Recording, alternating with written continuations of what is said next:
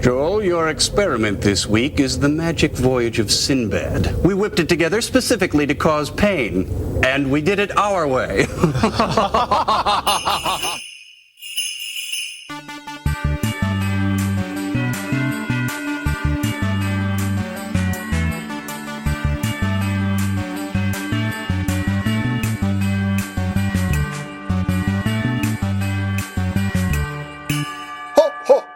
This time we watch Season 5, Episode 5, The Magic Voyage of Sinbad. In which we go to dun-dun-dun-dun-dun-dun-dun, Atlantis. Or something like that, yes. But first, happy holidays. Happy holidays. Do you have anything special planned this year for the holiday season?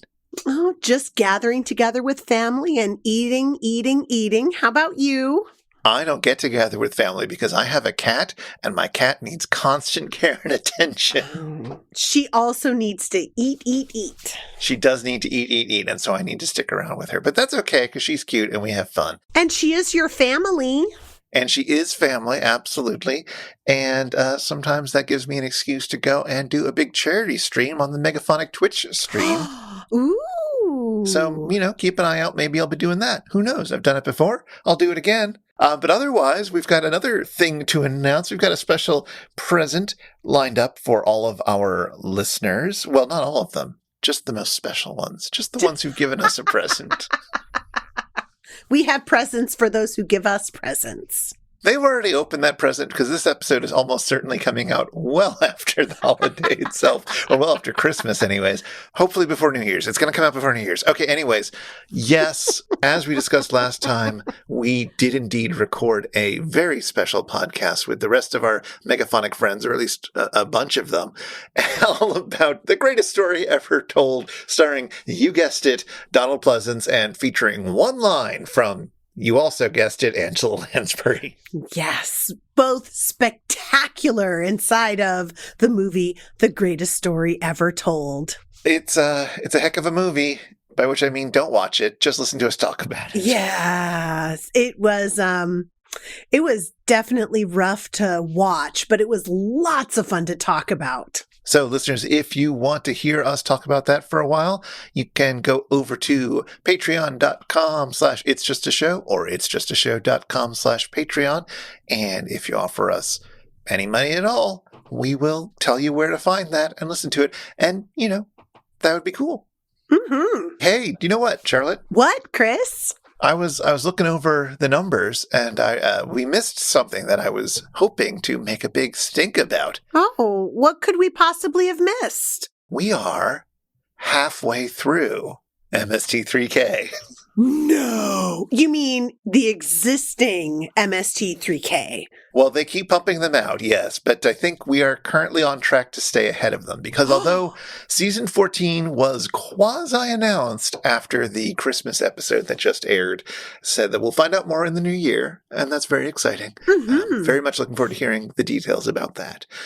But I think we'll have gotten well in advance of the halfway mark by then. I don't know exactly when we switched over because new episodes kept coming out as we were around that point. But it's exciting. We're halfway there. I can't believe it, Chris. I mean, I know, I just joined this run. So, to me, it doesn't feel like we're halfway through it. It feels like we've only just begun. However, for you, you've been here with It's Just a Show since its inception. How does it feel to be more than halfway through? It feels, I'm excited. It's been a long time, and it's going to be a long time to go. But I'm excited. I'm still excited that we have lots of great episodes we haven't done yet. And there are even episodes which I haven't seen and am putting off seeing until we record them. So. Oh, look at you saving something new. Yeah, exactly. So that'll be good. That'll be good. Also, Charlotte, you've done more than 10 episodes now, I realized. Oh, well, that's fantastic. I feel like you've been around for 3 years now, but no. I have certainly, I have been around for 3 years because, longtime listener, and then I became a host. So I have been listening to It's Just a Show since the first episode, but it just feels like I only just got here as a co-host. So it's been an exciting run for the second half of the calendar year 2022 for me. Excellent. Well, you'll be excited to know that there's only something like 110 episodes to go, not counting any further new ones. But let us turn to what was the 100th episode of Mystery Science Theater 3000, The Magic Voyage of Sinbad. This time we watched Season 5, Episode 5, The Magic Voyage of Sinbad. Returning to beautiful Copasand, Sinbad, our favorite Norse explorer, finds his beloved city no longer the place of happiness he remembers. Wait a second. Sinbad, Norse explorer? I mean, yeah, everyone's calling him Sinbad, and he did just finish a sea voyage, but this is not the guy who hails from Baghdad and has 7 voyages and fights Harryhausen skeletons in the 7th of those voyages. Nor is this Sinbad the comedian, known for roles in the TV show A Different World and the Christmas classic Jingle All the Way. While this might not be that Sinbad, or that Sinbad, this is a Christmas movie about Sinbad, who voyages across the sea in order to procure the happiness of many in grand mythic fashion. Back to the story. He finds folks in his city poor, enslaved, unhappy, except for those super rich merchants. I mean, they're just having a grand time with jesters and drink and food and drink. He goes to them and says he will travel everywhere to find the bird of happiness so that everyone can be happy. The merchants all mock Sinbad until he's forced to leave. In his sadness, he walks to the enchanted sea, does not go under the enchanted sea like Marty McFly, but does sing an excellent song on his magic harp. And a magical maiden hears him and says she'll help him defeat the selfish merchants by putting goldfish, actually I mean golden fish, not goldfish the cracker, in his fishing nets the next day. Sinbad is elated and bets the merchants his head that he will catch a golden fish. Unlike Odin, he wins this bet, and the merchants are forced to open their warehouses and give all the goods to Sinbad. So he promptly gives it all away. He completely forgot that he wants to sail and get that happiness bird. Silly Sinbad. Thankfully, the magical maiden gives him lots of gold, and now he builds ships and gets a crew and seeks out the bird of happiness. Interestingly, he gains his crew by giving them wine, punching them, and then keeping them with the crew if they don't fall down. Weird. Out to sea, Sinbad fights some mean Vikings and steals their horse, which doesn't seem very magical, but then they continue on to India, and Sinbad bets the horse, now magical, with the Maharaja against his happiness bird. You know, magical horse versus magical bird in a no-holds-barred chess game. Dance fest! Myth logic here, folks. Myth logic. A few stanzas of One Night in Bangkok later, and the bird is his. But this isn't the bluebird of happiness, nor the penguin of giddiness. No! It puts people to sleep with its song, because happiness is being calm and getting a good night's sleep. Actually, you know what? The bird is not wrong. But Sinbad realizes this is not the happiness he seeks. He wakes up, uses the sleep song to defeat the army of the guy he beats in chess, and decides to return home to Copasand, where his happiness, that is a pretty lady, has been waiting all along. Oh, but first, dance party under the sea with Neptune. So he kind of did get to go to the Under the Enchanted Sea dance after all. Woot woot! The end. Meanwhile, on the Satellite of Love, It's time for the 3rd annual Salty Awards, the official award of the Satellite of Love, the SOL, hence, SOL, Salties. Get it? Look, it's clearer when you see it spelled out on giant golden dog bones. Crow and GPC read out the nominees for Best Performance by a Red Gumball Machine-looking robot in a funny situation, and the award, of course, goes to Crow? Tom is furious that he didn't win. For the invention exchange, the Mads celebrate cleft chins, or chin butts. Oh wait, did I say celebrate? No. No. They want you to feel ashamed of your chin butt, so they can sell you underwear for your chin butt. Well, Joel and the Bots instead present the Rat Pack novelty chess set, with Frank Sinatra as the chairman of the chessboard. Because who doesn't love the Rat Pack? Okay, don't worry, we're going to explain who the hell they're talking about later in the episode, it's fine. After some movie, Joel and the Bots attempt to cavort, just like in the movie. But cavorting turns out to be exhausting. Maybe they should dissolve their chapter of the Junior Jesters Club? But then when will Joel get to wear his curly-toed shoes? At the halfway mark, Joel and the Bots are dressed up in long, fake gray beards, and they're pretending to be city councilors, deciding what to do now that Sinbad is in town. The sketch breaks down a bit when Crow accidentally calls our hero Skinbag. After yet more movie, Crow tells Joel and Tom he loves them, and then runs away from the theater and from the satellite. He's going on a lifelong quest, just like Sinbad. But a few minutes later, he gets back in contact with the ship because it's cold out in space, and he's lost control of his thrusters, and he wants to come back inside. Joel does something with the airlocks, and Crow crashes back into the theater. And after the movie's all done, Joel brings out a puppet of a channel catfish like the one in the movie who hung around King Neptune at the party. GPC tries to fit it in her mouth, and Tom and Crow freak out, unsure of what sort of sorcery this puppet is. We end with a sweet letter, and then TV's Frank meets Fisty. It's a fist with googly eyes, which he also fails to realize is controlled by Dr. Forrester, even as it comes straight for his cheek. What do you think, sirs? Ho, ho, ho. We are back to what the people at MST3K insist on calling the Russo-Finnish films, even though only one of them was a little bit Finnish, and it's not this one. No, this one was Persian, right? Isn't that what they tell us? By calling it a Sinbad movie, The Magical Voyage of Sinbad. I think even in our last episode, I asked you if this was the one that had the skeletons in it that Sinbad gets to fight. And no. That's a Sinbad movie. That's actually a Sinbad movie. Yes, it actually is. This is not actually a Sinbad movie, but we'll talk about that in a bit. Oh, so sad. But it was lots of fun. Yes, it was. I mean, I had a really good time watching it. Both the movie was silly and fun, and the riffing was silly and fun. I had a good time watching this one. How about you, Chris? Well, of course, it's always great to see another Alexander Ptishko movie. Same director who gave us The Day the Earth Froze, the Sampo movie. He's a delightful director. He's actually well regarded. This is a good movie. It's a very pretty movie. It looks like a Russian fairy tale book or something. This is not the best print of that movie, and it has been weirdly adapted and cut to hell for an American release. But again, we'll get to that. Yes. But it still shines through. It's still fun. Very much so.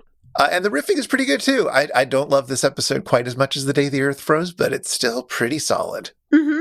Agreed. I mean, anytime they get to say fallopian tube inside of a movie, I'm down. All right.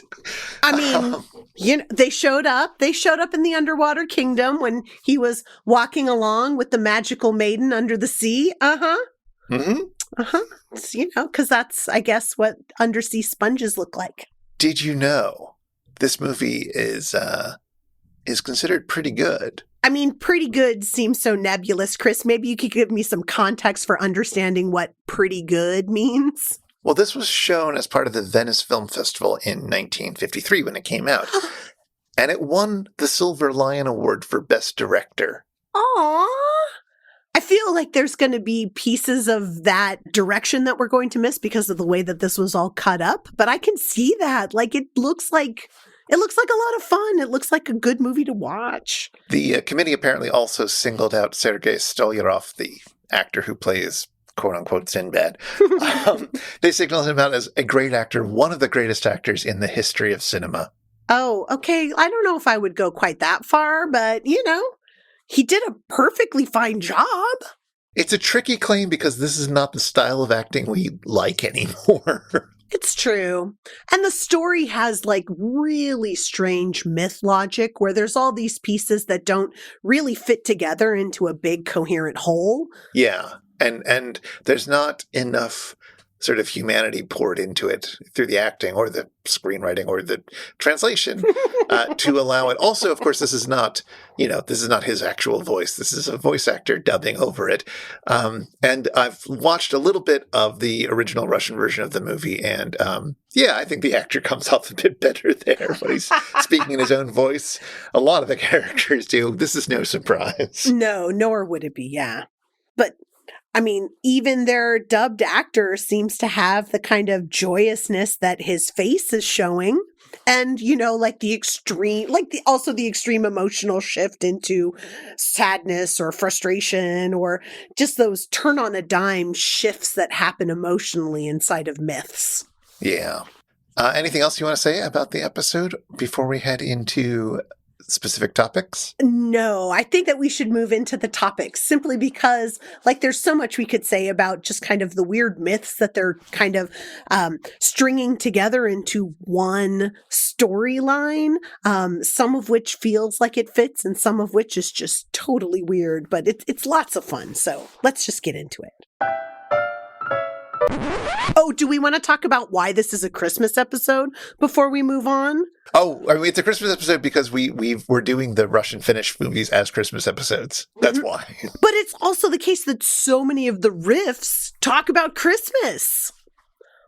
I was shocked by how often Christmas came up or Santa came up inside of all of the riffing. I mean, part of it is because all of the merchants have really big beards and are very large men and are, be decked out in red robes and things. So they're referring to them as Santa all the time. But there's several times throughout the movie where they're like, come on, Santa, or, doing some Christmas themed riffing. So I appreciated that because every time it came up, it was just like, oh, of course, this is why we're talking about it at Christmas time, because they're referencing Christmas. But, there it is. Well, and in fact, this episode was originally released in August. Of course, when we traditionally celebrate all of our winter holidays. Fun times.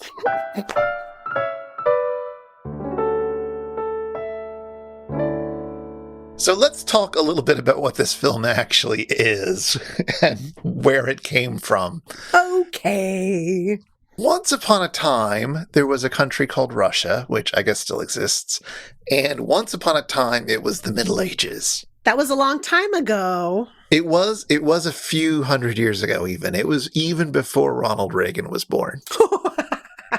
And in the Middle Ages in Russia, there was an epic poem, or, and I'm going to say this terribly, Bulina, about a guy named, not Sinbad, but Sadko. Aww. Sadko was from a city called Novgorod, which still exists. It is about 200 kilometers or 120 miles south of St. Petersburg. It's apparently a lovely city on a river and a lake, and it's very nice. And this is where Sadko was from, and he was a merchant and a musician who, had some adventures, as you do in these kinds of poems. Sure, yes. Now, the most common version of the story has these plot elements, which, we'll see reflected in the movie.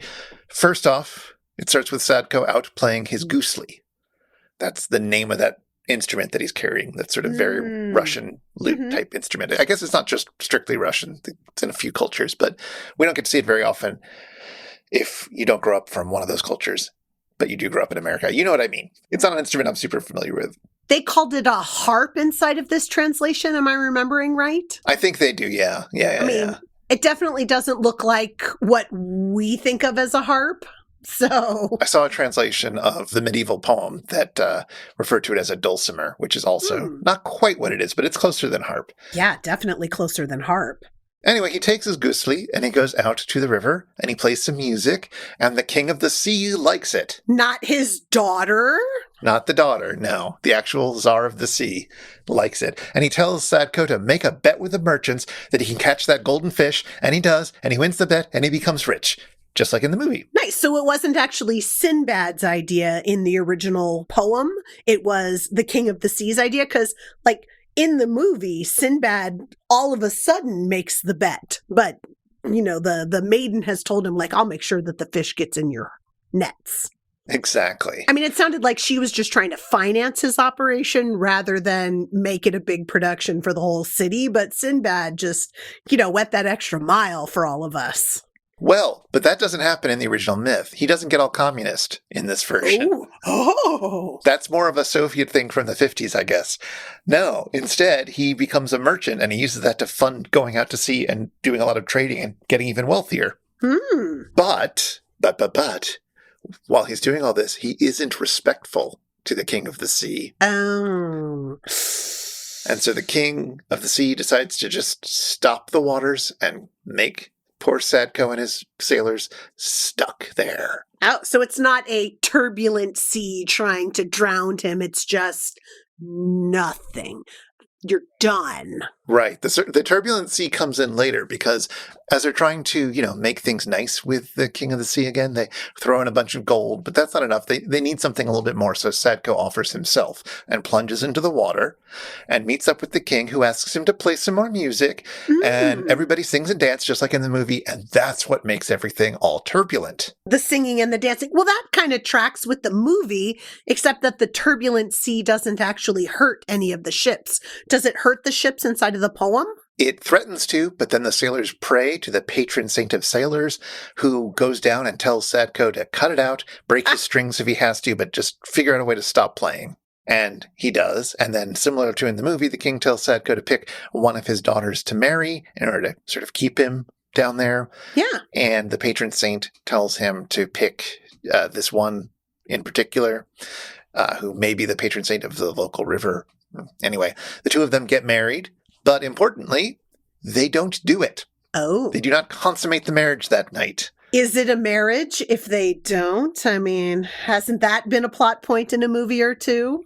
Exactly. And so the next morning, Sadko wakes up and he is back home unexpectedly with his normal wife, because he's, like in the movie, he's got a regular wife back home. Fair enough. And that's the story.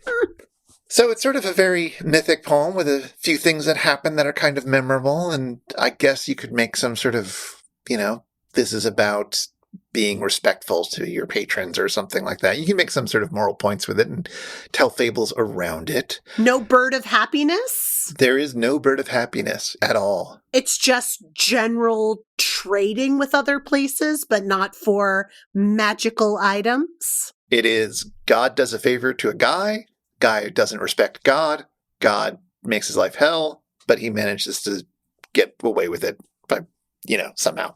That's the story. That's it. Okay. The poem gets taken up again in the 19th century because of nationalism. Yes, that's right. Everybody's favorite 19th century force, nationalism. We love it. No. And so a lot of Russian intellectuals and artists and so forth got really interested in their traditional folk tales. And, you know, this was one of them. And it became a poem by a guy named Alexei Tolstoy, who was a cousin of Leo Tolstoy, in the late 19th century. And then it was turned into a tone poem by the composer Rimsky-Korsakoff. Ooh, that name sounds familiar based on the credits. Well, he is mentioned in the credits. It's true. They mention it, and Joel and the Bots seem to think there's no way that Rimsky-Korsakoff did the music for this. But he did. He just was dead, and they're basing it off music he had written a long time ago. Nikolai Rimsky-Korsakoff was from a Russian noble family. He is best known probably for composing The Flight of the Bumblebee. Oh, yes. Everyone would know that one. Yes. Yes. But he wrote several other pieces that are big hits in the classical music world, including a few operas or a few pieces from opera, which, by the way, Flight of the Bumblebee is from another Rimsky-Korsakoff opera called, now sit down, The Tale of Tsar Sultan, of his son, the renowned and mighty Bogatyr Prince, Gvidin Sultanovich, and of the beautiful Princess Swan. Oh, of course. I was just going to say that must be the opera that it's from. Actually, I had no idea that the Flight of the Bumblebee came from a greater work. Yeah, neither did I. Also, Chris, I feel like we just moved into the Scorner without, officially introducing this as a Scorner. Is this a Scorner? This is technically a little Scorner here.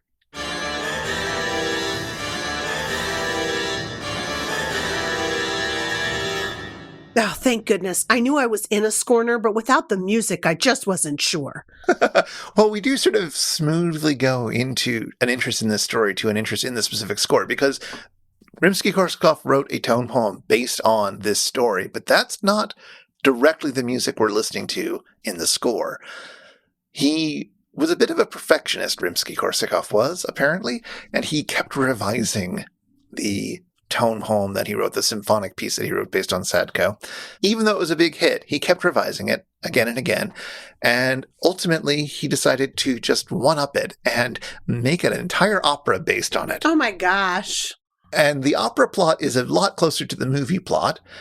We got the sea princess hearing Sadko instead of the Tsar, but there's still no Bird of Happiness. So the Bird of Happiness is not in the opera yet. Are you saying there's a further revision with the Bird of Happiness? There is, because this movie by Alexander Ptushko is an adaptation of the opera.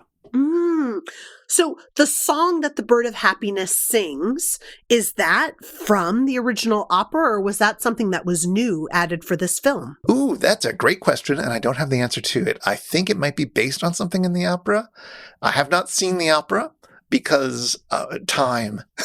Yes. I simply did not have time to watch a 3-hour opera that I really, really was not in the mood to watch, I have to admit. I mean, to be fair, you had to watch The Greatest Story Ever Told, and that is a 3-hour movie, so... Exactly. I can only do so much homework. But I was looking for people talking about the Bird of Happiness appearing, and it doesn't seem so. There are other songs from the opera that are in the movie that were cut for the American audience, and therefore don't show up in here. We only get the one song. Well, 2 songs, right? We get Sinbad's song, Sinbad, and we get the Bird of Happiness's song. That's true. That's true.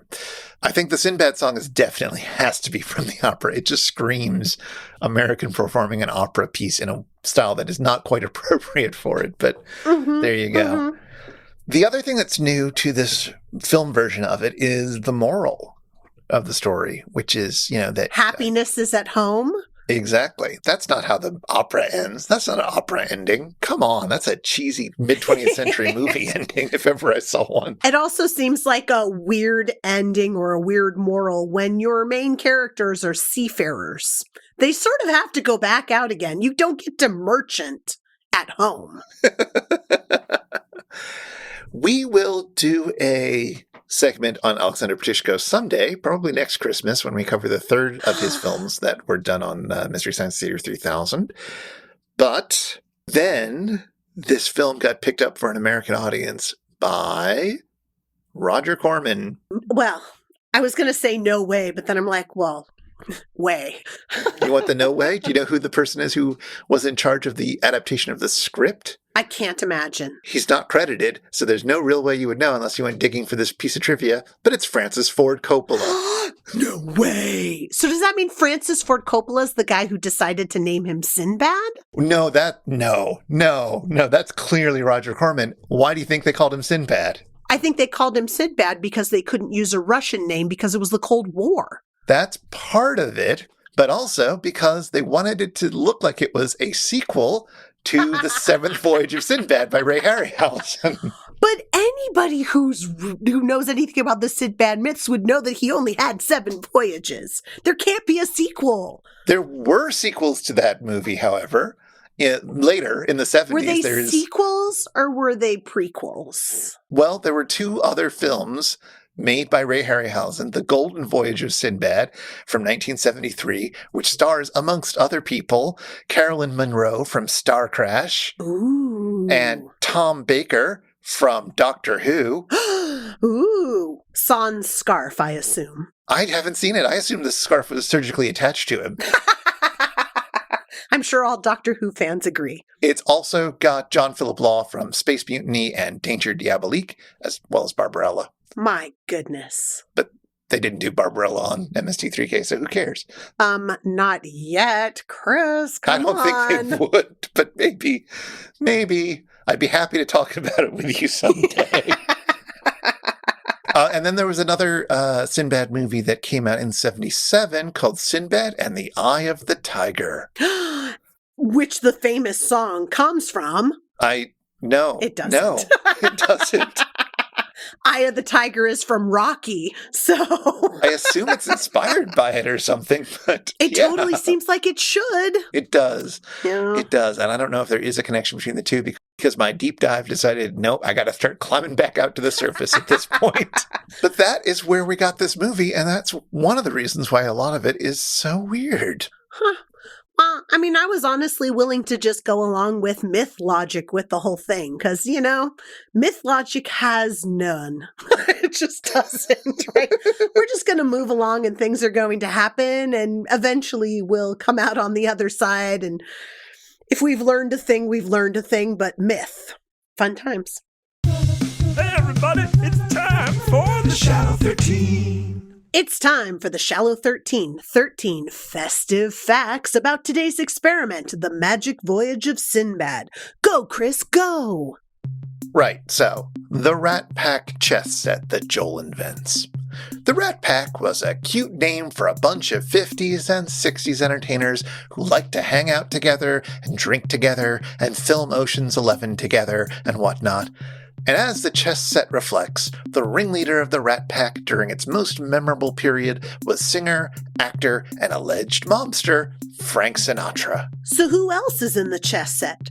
On Sinatra's side are some entertainers you probably recognize, singers like Dean Martin and Sammy Davis Jr., as well as actors and comedians like Peter Lawford and Joey Bishop. You might remember Peter Lawford for his turn as the baddie in Angel's Revenge from season 6.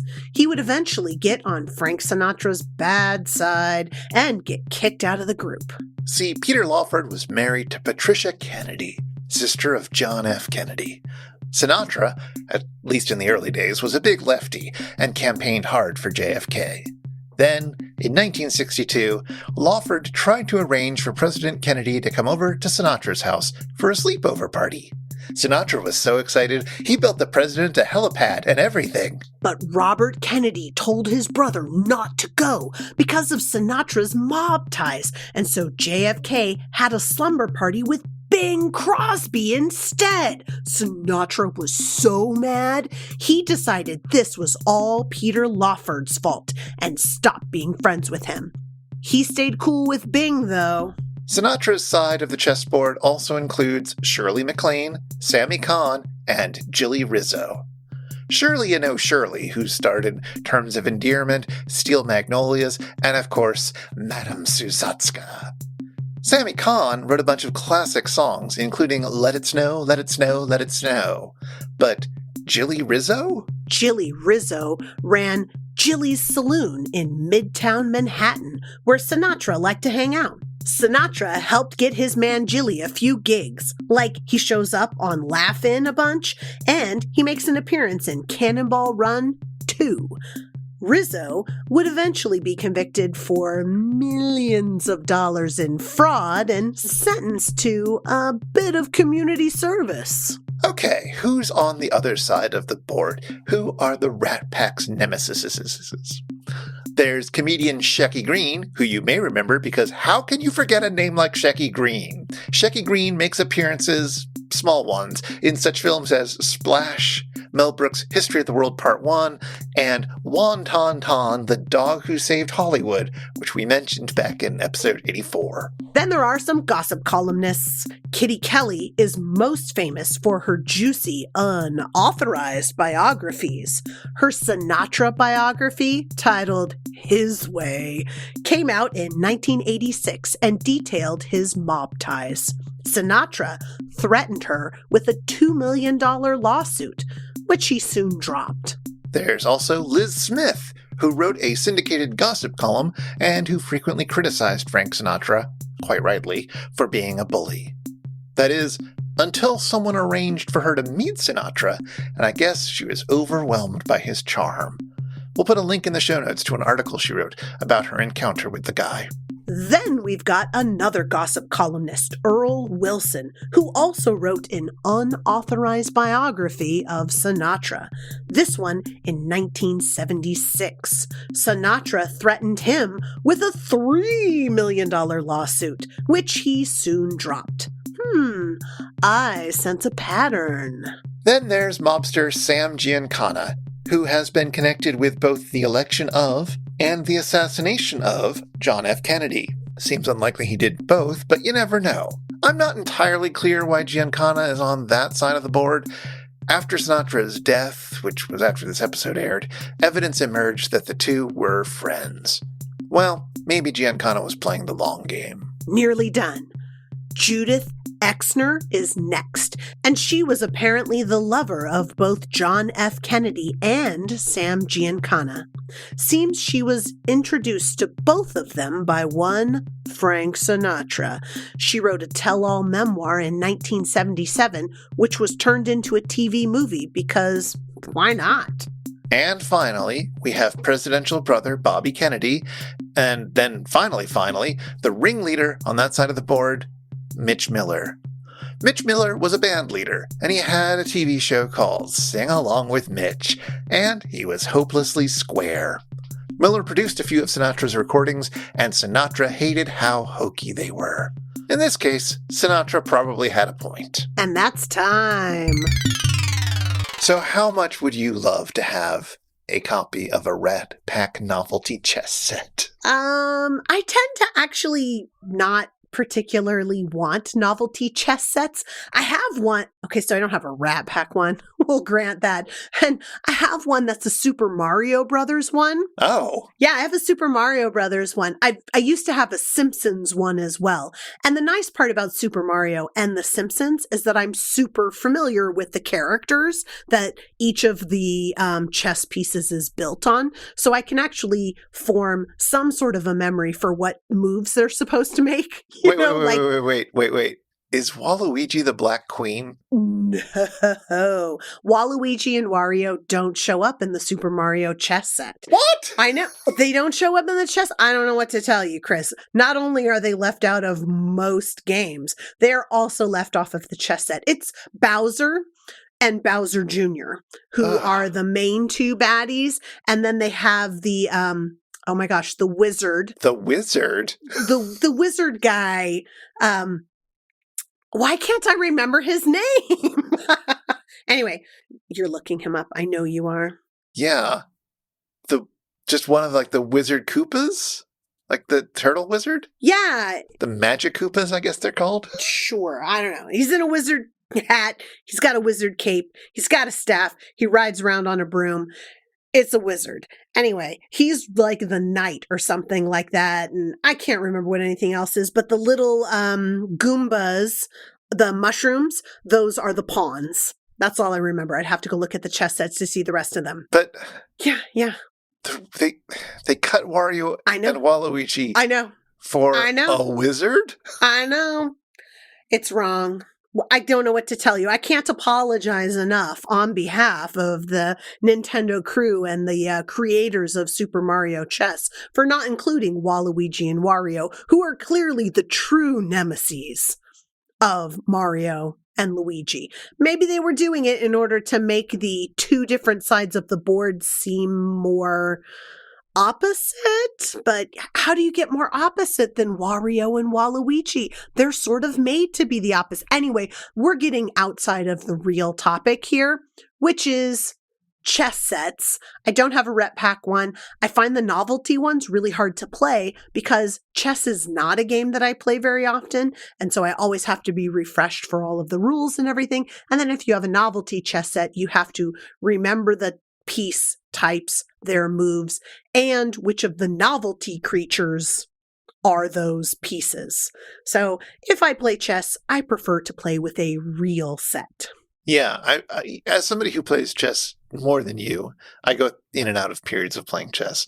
I also find novelty chess sets to be completely useless for the same reason, because you can't just look at the board and read it.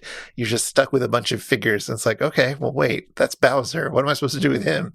Like, Yeah. I mean, and they're funny and they're pretty, but they're not practical for actually playing the game. no, I think I did once when I was in grad school. There was a copy of, I believe it was a Lord of the Rings novelty chess set. And we finally, I agreed to do a game with somebody just so we can say somebody had done it in the time that I was in grad school. Mm-hmm. And it was slow and miserable. I did win, but that's not saying anything about my skill, my opponent's skill, or anything. We were both at sea with all these weird shaped pieces. Do you remember what they used for the pawns? Yeah, it was a bunch of Gimlis. No, I don't know. I mean, I was going to go with the hobbits over the dwarf, but okay.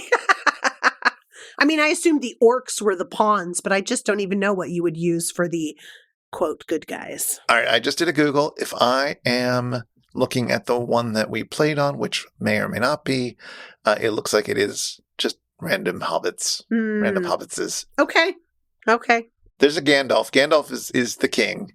Yes. And What's-Her-Toes looks like the queen. That's Galadriel? Galadriel, I think. It certainly shouldn't be Arwen. Looks like a lady elf, so it's got to be Galadriel, right? Sure. I mean, it could be Arwen, but doubtful. It could be. I mean, Galadriel seems a little bit more queen. You think? Oh, yeah, please. Anyway, I don't know if that's the version we used or not. It was a long time ago, and I blanked most of that out. I mean, especially considering how difficult it must have been to play the game. Because again, chess is already a pretty complicated game, and it has lots of different things that you have to pay attention to, and there are millions and millions of variations with the standard start, and then to add in novelty figures is difficult. But it is lots of fun, and clearly, they made totally different moves for all of their chess set. And I don't think that's what other novelty sets do. But either way, I don't want to use a novelty set to decide my fate. Now, would you rather have the distraction of dancing girls? I mean, Sinbad didn't seem too distracted by the dancing girls. I don't think I'd be any worse of a chess player with dancing girls. So, I got that going for me. I did enjoy a lot about the chess playing sequence, such as the fact that the Maharaja had 2 advisors who were whispering in his ear, and he'd be like, no, that one's not going to work. Oh, yes, that's a good one. That's a good plan. And then, Sinbad, Sadko, had someone whispering into his ear saying, oh, you need to sacrifice your bishop or whatever it was. And, the Maharaja gets greedy. And it's a very easy way to tell that kind of fable inside another fable about how it's important not to be greedy and so forth. It worked with the themes of the movie is what I'm saying, which is not a thing I get to say very often on this show. No, not on this show. Wow. I didn't even think about it in terms of the Maharaja's greediness was what cost him the chess game.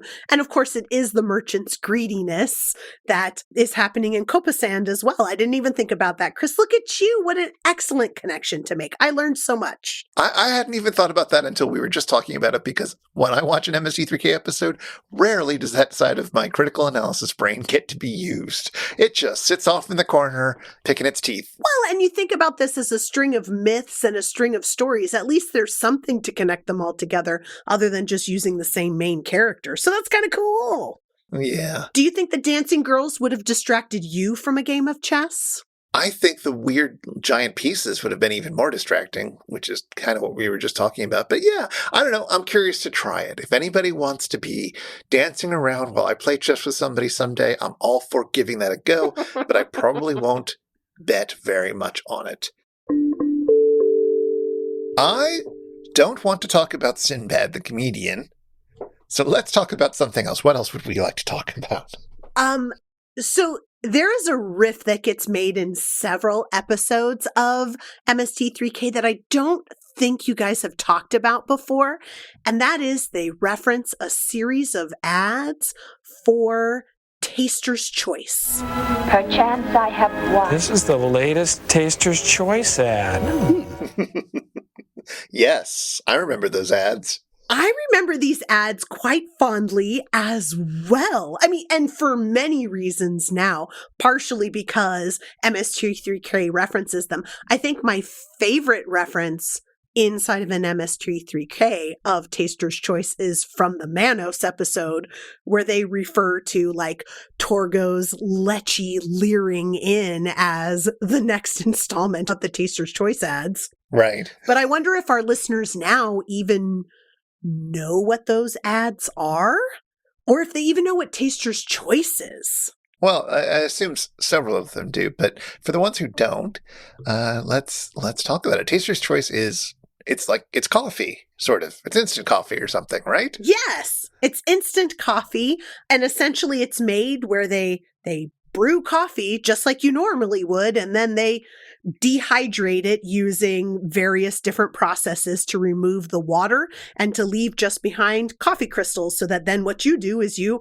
pour hot water and you have an instant cup of coffee. Nice. I know, right? Do you drink instant coffee by choice? I keep some instant coffee or instant espresso around for when I wake up and I have to make the coffee, and I need to have a little bit of coffee so that I can have my coffee, if you see what I mean. So I've got the coffee that takes absolutely no effort to make, that just kickstarts the engine so that I can properly make the coffee to really rev up the engine. So you don't have a Mr. Coffee instant machine that you've already set up or something like that? I did, but that's a lot of work. And it's true, instant coffee is no work. You spoon some crystals into your cup, you pour some water in, and boom, coffee. Not a new invention. I would have thought that this is something that's very like 50s or something, but apparently they've had instant coffee since the 1700s. Whoa. Yeah, I know, according to, Wikipedia, so it must be true. But yeah, apparently having dehydrated coffee is not something that has been new. It's something that's been around for a really long time, but it was made popular inside of an industrial society by like Folgers and Maxwell House. Much as you would have expected, right? Based on those brand names that are still around for us today. But I can imagine that many of our listeners right now are just like, oh, instant coffee. Some of them are saying like, what a good idea. I bet I want to do what Chris does. And others are like, instant coffee. What a desecration of what coffee is. How can anyone do such a thing?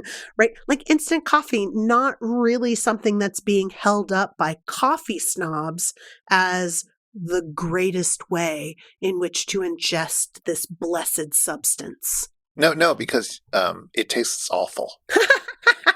It tastes fine, Chris. It doesn't taste awful. You can get brands that are tolerable, but it tastes pretty bad compared with even... Oh, all right, I've had worse coffee than I've had the best instant coffee, but still. I'm just saying, in the spectrum of coffee, instant coffee is somewhere low middle. It is purely medicinal as far as I'm concerned whenever I drink it. It is not a pleasure to the senses.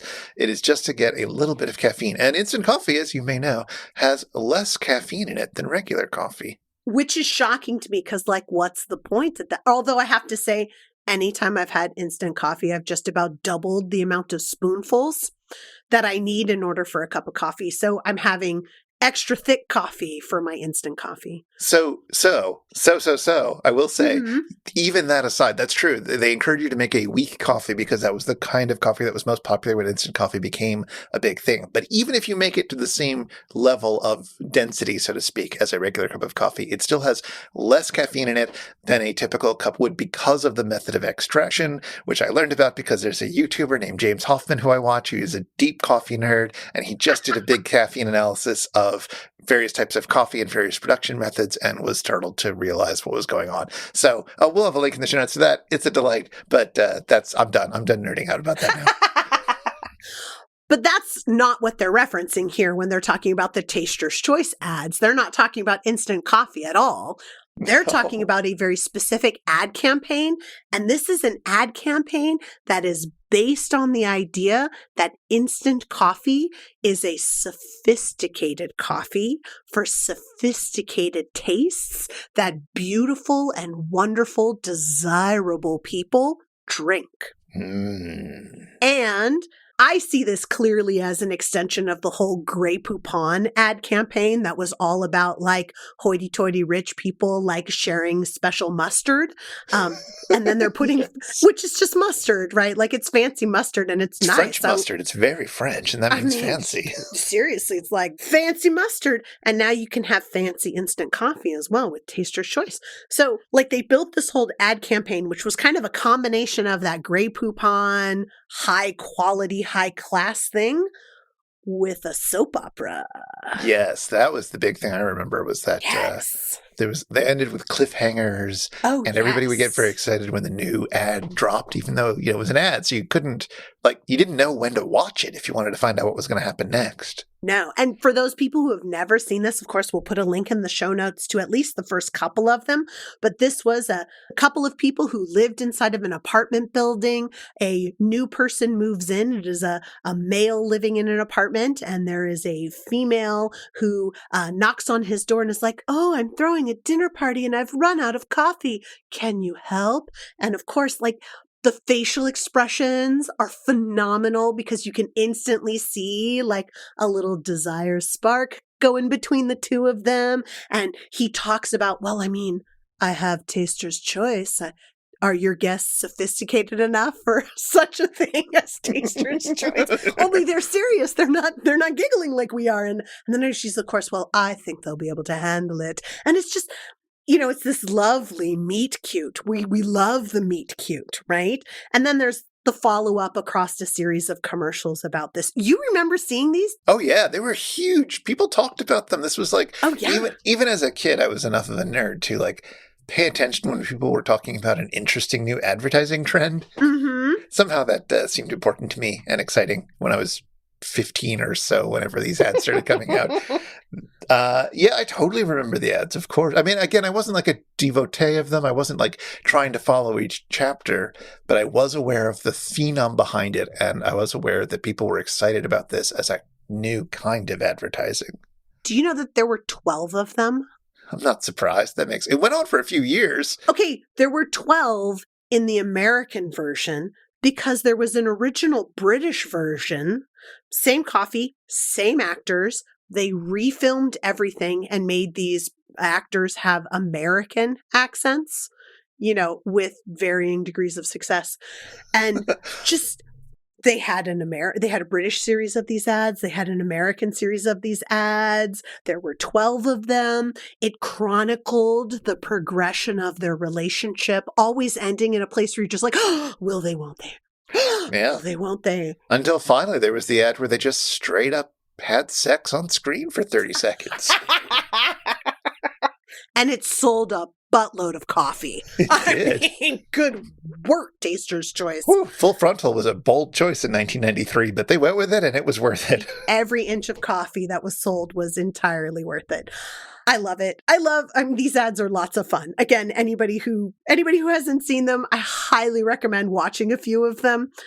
They're super close to my heart for another reason, though. Mm-hmm. The guy who is the male lead. Our awkward male lead. But he's not entirely awkward. No, it's sexy awkward. He's just He's sexy awkward. It's true. The actor who plays him is named Anthony Head, who I know as Anthony Stewart Head.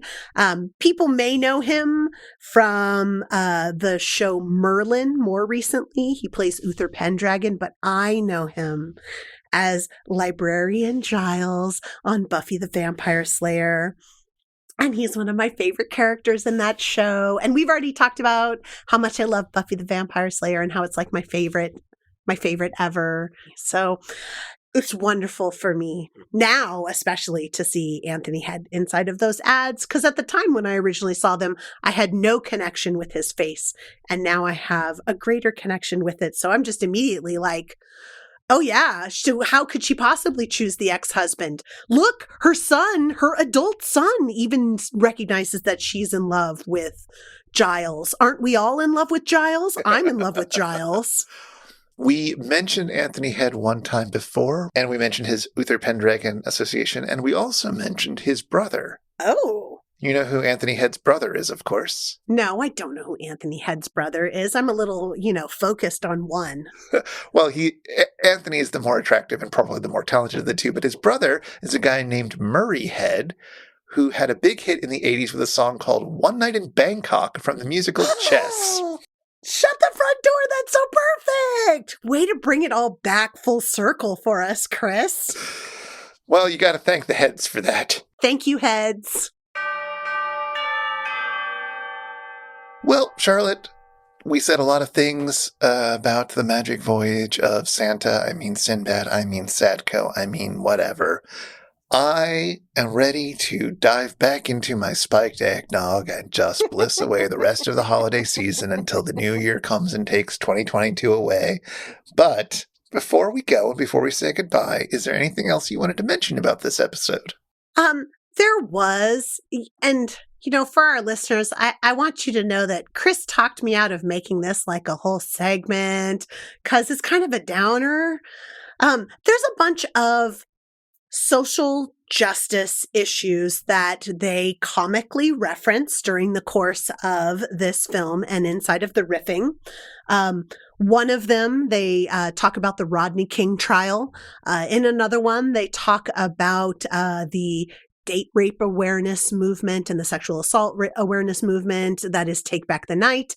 And in another one, they reference the Stonewall riots, which is the beginning, some people mark as a beginning to gay rights movements. And we can't do a whole segment on it because it's really rough. And part of the reason for that is because these are all still going. I mean, what year was this episode, Chris? This episode came out in August of 93. I mean, so it's really hard sometimes when these issues are things that we feel like we've only made minimal or even backwards progress on. But it's important to acknowledge that the conversation is still going. And I think I'll try and find some links for you, Chris, and you probably have some more that you can add inside of the show notes so that if somebody is looking for something that is not a personal improvement to have as your New Year's resolution, and you'd like to get involved in some of these social movements and pushing them forward so that the conversation continues and we do continue to make progress, because we can always have a goal of progress. Even if we don't have a goal of solving something, we can have the goal of progress. You can make it your New Year's resolution to get involved in something that is personal for you or that you feel is important. So, final factoid, we haven't solved it yet. but we can still work on it. So But 2023 is right around the corner. Yes, that's right. We're going to do it this year. That's right. We're moving forward. Woot.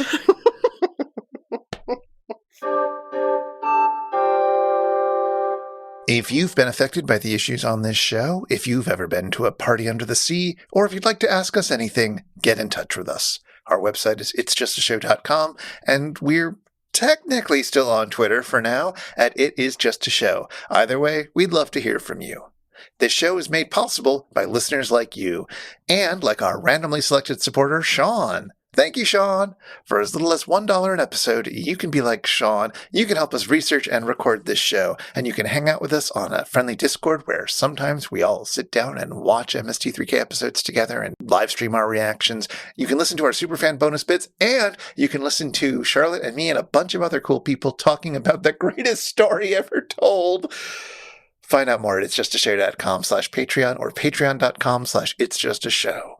And if you want to follow up on anything that we mentioned today, you'll find links in our show notes at itsjustashow.com/episode/124.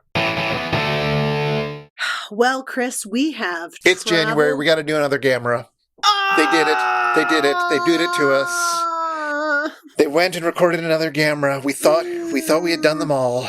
I thought I had joined the show at the perfect time. Grr! Curses! Next time, we're going to be celebrating January with Season 13, Episode 7, Gamera vs. Jiger. And this is the one with the disturbing elephant carcass thing, right? Yes.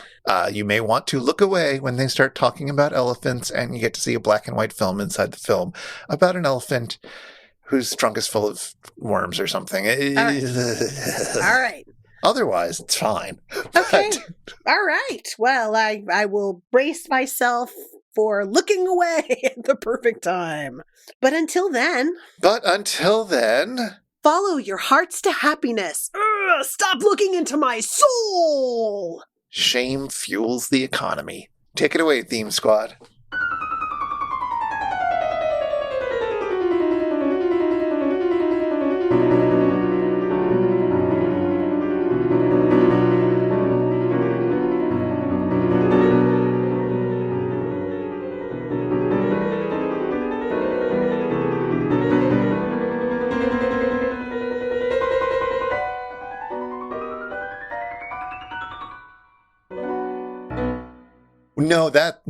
No.